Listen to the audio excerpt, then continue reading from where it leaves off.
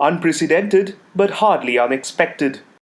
On Monday, the second day of the new year, the Supreme Court of India removed Anurag Thakur as the president of the Board of Control for Cricket in India and Ajay Shirke as the secretary. Monday's judgments came after a lengthy standoff, culminating in the apex court cracking down hard on the BCCI administration, which refused steadfastly to implement in full the recommendations of the Lodha Committee, which had been given the seal of approval by the Supreme Court on July 18, 2016. The court set up a committee mandated with the task of implementing the Lodha reforms. It will appoint a panel of administrators to oversee and supervise the BCCI and has sought names by January 19 from Gopal Subramaniam, the amicus curiae, and Fali S. Nariman. Nobody can escape the verdict from the highest law of the land. This is the logical consequence. Once the recommendations were accepted by the court, it had to be implemented, said R.M. Lodha after the verdict. There were obstructions, there were impediments. Obviously, this had to happen, and it has happened. The Supreme Court itself has ensured that its order of 18 July is now enforced. It's a victory for the game of cricket, and it will flourish. Administrators come and go. Ultimately, it's for the game. The timing of this latest BCCI fiasco couldn't be worse. It comes at a time when Indian cricket is riding the crest of a wave.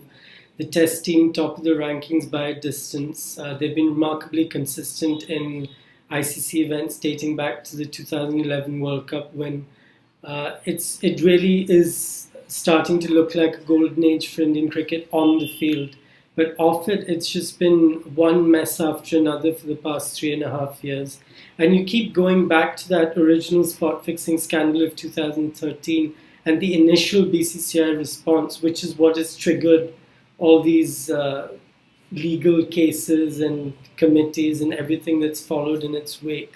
If instead of denial, the BCCI had made some attempt to fix the problem, we wouldn't be even talking about this right now.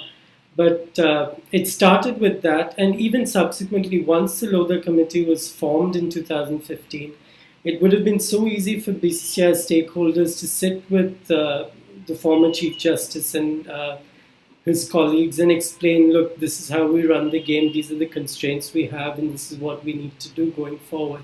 Instead of that, there's been a constant pushback. The attitude has been our members don't agree with this. We don't agree with the age restriction rules. We don't want this. We don't want that. And at some point, no court anywhere in the world is going to stand for that sort of behavior because it basically amounts to contempt of court. And that's why you've got the decision that the Supreme Court has arrived at today. And it's a really dark day in the annals of Indian cricket. Some will say it's a great day because it holds forth the promise of a better, cleaner future, one perhaps not so riddled with conflicts of interest. I agree that not all BCCI administrators in the recent past have been above board, but some of them have done a sterling job, and unfortunately they'll all be tarred with the same brush now that a decision like this has been taken by the highest court of the land.